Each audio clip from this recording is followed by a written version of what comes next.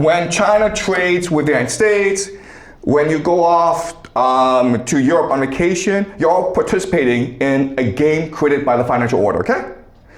And the purpose of this this global economy is to have everyone play as much as possible so that wealth can be transferred from the world to the United States, the powers that be, okay?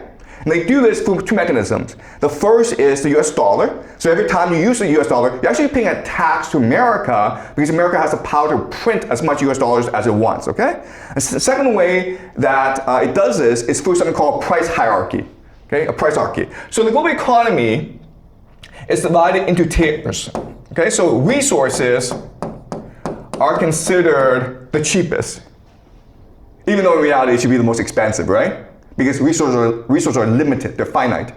Above resources, of course, is manufacturing. And above manufacturing is knowledge economy. And then the highest is finance, okay?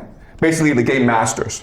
All right, so and as we can see, once with this price hierarchy in place, what we can do now is divide the world according to the specialties, okay?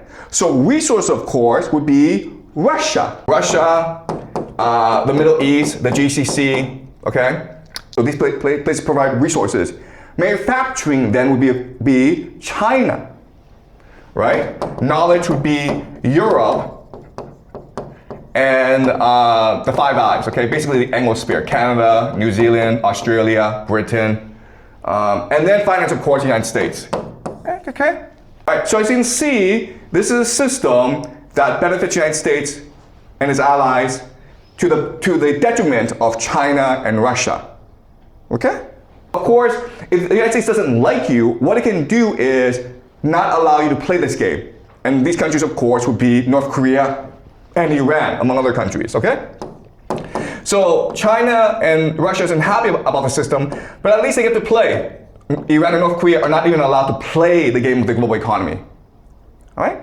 Now, of course, you can't have people believing that, okay, this entire global economy is structured so that the West can steal resources from everyone else, okay? So what you do is you create another layer called the rules-based international order, okay? Multilateral organizations, which includes the UN and the WTO, okay? This is called the rules-based international order.